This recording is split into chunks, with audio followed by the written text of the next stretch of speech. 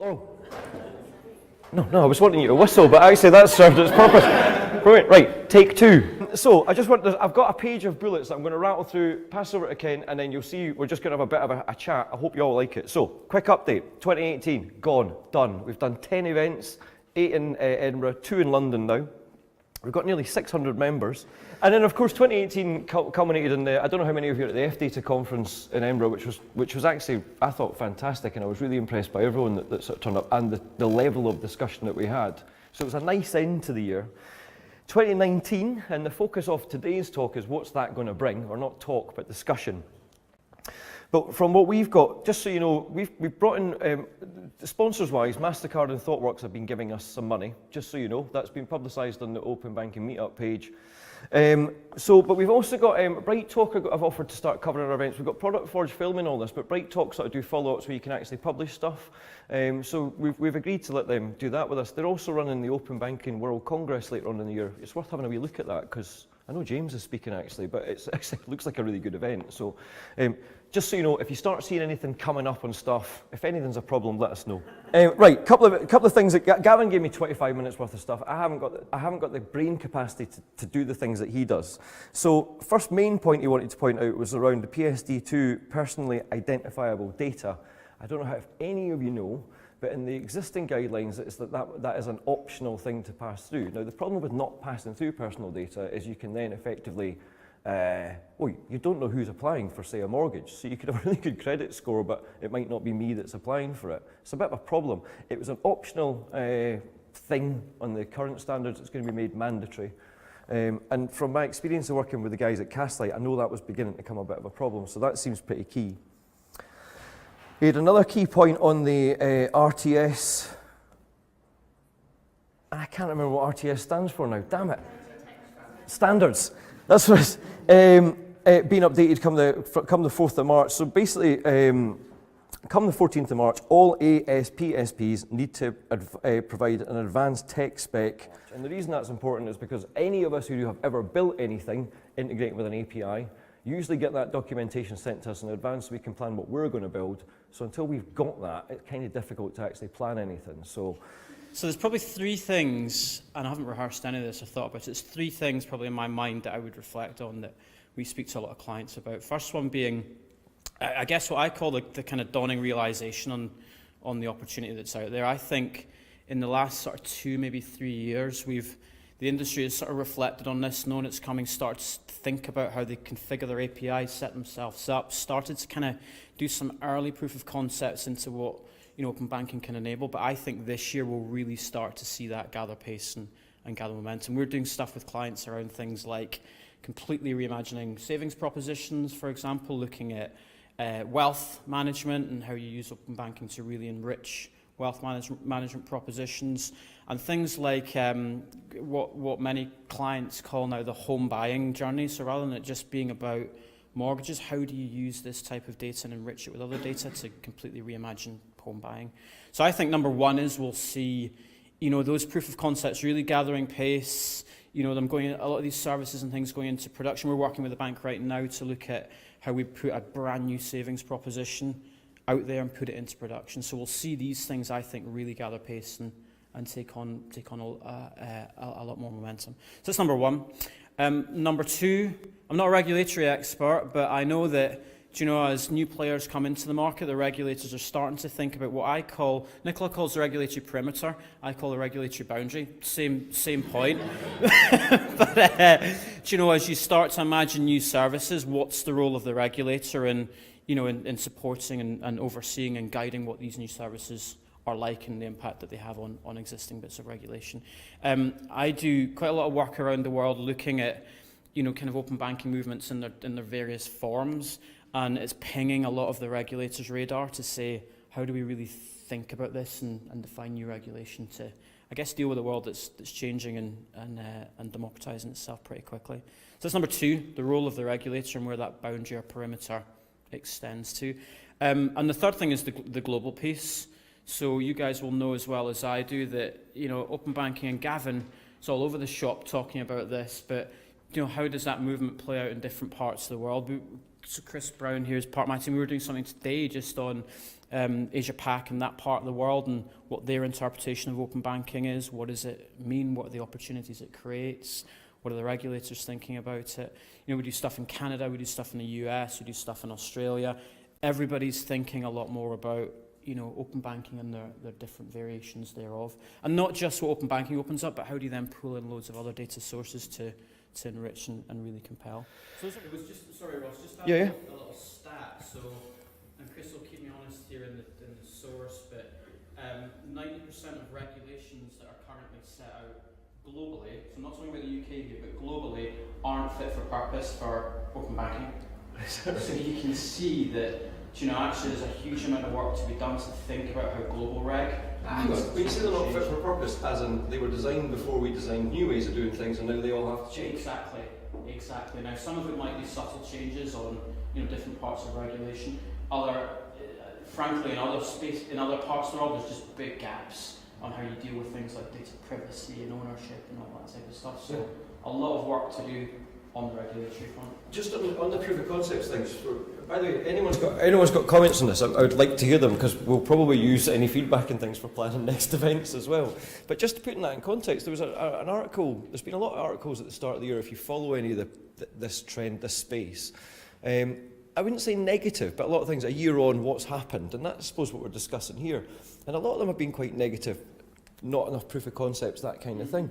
Just to put it in context, I've been working on the blockchain for 9 years, and I still don't see many proof of concepts coming out. So within 1 year of open banking, I think in relative terms it's moved really quick. I don't think we should beat ourselves up too much about that. And I think it's moved into areas that open banking can really sort of change the narrative on. And what I mean by that is, I think prior to this year, we're seeing a lot around PFM and fairly straightforward uses of that data. I think people are now becoming much more confident with actually reimagining things like wealth management or savings. Really now thinking how can we kind of leap on, how can we push on, rather than doing the fairly straightforward and obvious stuff. I spent 2 years with Open Banking Implementation Entity with Imran, and I can tell you the change from day one, which I would say was September 2016, to where we are now on Open Banking, is massive. Yeah. First 6 months, representing the CMA pioneer, they bitched and moaned enormously. The second 6 months, less so. Now they are relatively cooperative. It's still difficult to engage with technically, I'm sure, because they have huge, to be fair to them, huge technical issues and huge infrastructure, which is not geared for APIs, open banking, etc. But the cultural shift, I think, of the big banks and the development of an ecosystem ways of working, in particular around the sort of testing working groups and so on, phenomenal progress. I don't think the customer's even aware yet. That's the trouble. I mean, certainly after a conversation with financial advisors and numerous people that I know within the financial services sector, or they work within the financial services sector, whether or not they do financial services or something, and I don't think that many people have heard of it. So I don't think we've really reached the critical mass of telling people about it yet. So I think there'll be a lot of changes to happen. I know there's more regulatory changes to happen. I know we'll see other people coming on board and other financial services offerings coming on board. But and it's clear that open banking just isn't well understood, and there are a lot of startups here, and PR is seen as a luxury. It's the thing you do after once you've really made it. But how do you really make it? If you need to actually educate people as to why you exist in the first place. Yeah, that's the point. Because normally you would expect, when something comes along that's new, the big players in that space PR it to the hill. But on this occasion, they've not done it because there's a story behind that. There's a reason why. So you're absolutely right about PR being needed. You're absolutely right about consumer education being non-existent. But who's going to drive it? Now, bear in mind, the Open Banking Implementation Entity has got phenomenally strong PR department. I've been there, they're awesome. However, they don't own the customers. They are there to act as facilitators and enablers for the open banking ecosystem. They are not, it's not within their mandate to drive consumer education. and specifically the banks won't let them. So it's up to the banks to drive that education. But where's the incentive? Sorry? But where's the They incentive? They don't have the incentive. Customers. Exactly. Yeah. So guess what? It's not happening at the moment.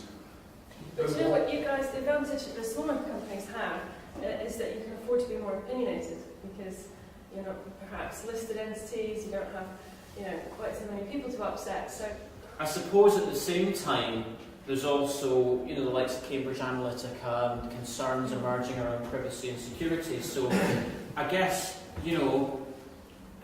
being passionate about open banking, you must look at that data privacy thing and go, oh God, if only that hadn't happened, because we're trying to tell a story about how open data is. There's an argument to say that it's not really about education so much. As a consumer, we're all consumers, right? I don't want the loan, I want the car, I don't want the mortgage, I want the house, and it's all about the value exchange. So if you have your bank that you should trust, you might not like them, no offence to any banks, but it's sometimes a contentious relationship, but ultimately you would trust them to look after your data. And if they say to you, this is the value exchange, so applying for a loan, for example, you can spend 40 minutes on our website or on a phone call, then you have to either request or print off 3 months of bank statements and bring them into a branch or mail them into us, or you can connect your bank account here and we will have this in 30 seconds. Consumers are lazy. I am, right? If there's a value exchange, if there's a convenience for me not to have to spend 40 minutes in front of the laptop, I'll do it. I think the richness of data that open banking gives now certainly allows financial institutions to have a much more complete picture of the applicant, which then does touch on income verification, affordability, all these A, regulatory, and B, just decent things that need done, to make sure that the product is the best fit, that the product is, suitable for that specific individual, based on suddenly, rather than just the credit reference agencies, which typically was the sole source of information, right, tended to be somewhat pessimistic, to be blunt. They would say, he's missed he's defaulted on this loan, or he's missed a couple of payments on his credit card, whatever it would be. There's no context there. Whereas the richness of having the 12 months, every single transaction that this individual has ever made rounds out the picture and helps with the insight that goes behind understanding what those transactions actually mean, helps towards the affordability, helps towards the income verification. Absolutely, Nicola, to your point, to go, there's a duty of care that has to, it isn't, and forgive me if that's the way I was inferring it, from a consumer, yeah, you want that quickly. From the bank's point of view, you do hit on the affordability, the income verification, this more responsible, more considered lending. So, the benefits are huge. Do I particularly care how that's done? Because the onus really ultimately is on the lender, or on the financial institution to help make that call. And I said at the start, there's a sort of altruistic side to open banking that's driven it. And actually that converts itself very well to a sales message, because there's numerous utility switching companies out there now. If you stop off at any service station, there's signs up for it, you're paying the right bill on whatever else.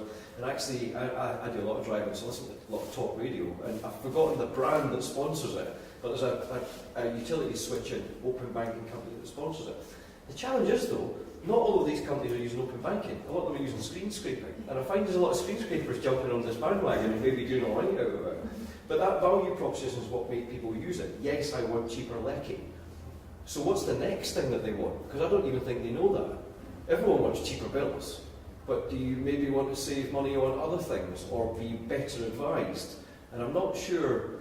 I worked in the advice side of things, pre-RDR, during RDR and post-RDR. And I don't think the customer noticed a blind bit difference, other than they're now getting charged £400 for the same policy they were going to get in the first place. And also, so now they don't use IFAs. So now they've got less knowledge about what's happening. They'll rely on PFMs, and the research shows that people who use PFMs aren't any better off. So I don't know where that ends. So I don't know if it is an education, well, there is an education thing, but I think that's a more fundamental level at school, i.e. you can only spend that pound once. Once you've got that grasped, you'll probably be all right.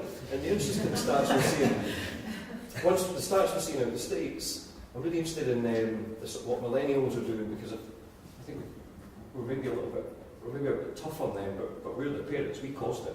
So I look at that with a lot of interest, and the research coming out of the States is that the real millennials, people born since the year 2000, they're not engaging with social media the way that the generation above them have done. They're not taking on loans, they're saving up. They've got clear plans on what they want to do with their money, and it's not about retirement. It's about, first job, first house, education, first kid, then retirement, if they can be bothered about that at that point. And just on that, right, there's a really amazing thing that I think is quite amazing. We did some research on asking these cohorts whether they'd be comfortable to share their data, and that group, the real millennials, were far less comfortable than they know, right? They've seen the rest than my generation, which is not millennial, you won't be surprised to hear.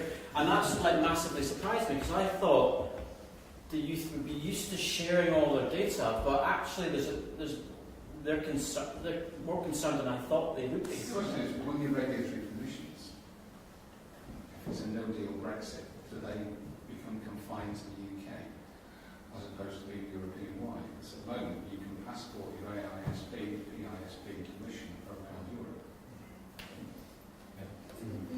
Is that right? If you actually type this back in a link, that's actually brilliant. So that does actually If it's a affect no-deal Brexit, where does that leave you with PSP2 commission? Yeah, absolutely something you should really think about now. What's your preparation for Brexit? Absolutely, without question. Is the guidance, if any, from the FCA on kind of what the implications are from a regulatory perspective?